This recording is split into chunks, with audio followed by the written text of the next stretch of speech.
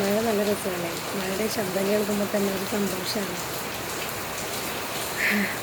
Tension എന്താണെന്ന് വെച്ചാൽ 2018 ഫ്ലഡിന് ശേഷം മഴ കുറച്ച് ദിവസങ്ങൾ കൂടുതൽ പെയ്താൽ ഒരു ഭയങ്കര നെഞ്ചെടുപ്പാണ്. എന്തെങ്കിലും പ്രശ്നം ഉണ്ടാകുമെന്ന് അറിയാത്തത്. പക്ഷെ ചെറുപ്പം മുതലേ മഴ നല്ലൊരു അനുഭൂതിയായിരുന്നു. മഴയത്ത് കളിക്കാനും കുട ചൂടി നടക്കാനും മാങ്ങ പറിക്കാൻ പോകാനും മഴയത്ത് നനഞ്ഞ് കുളിച്ച് കയറി വന്ന് ഒരു കട്ടൻ കാപ്പി കുടിക്കാനും ഒക്കെ രസമായിരുന്നു. വലുതായിട്ട് തൊട്ട് പിന്നെ മഴ കൊള്ളാൻ പറ്റാതെ പനി പിടിച്ചു തുടങ്ങി. പിന്നെ പോയി 2018 മഴയില്ലെങ്കിൽ സങ്കടം, മഴനെ വിളിച്ച് മഴ വന്നു കഴിയുമ്പോഴോ ഭയം.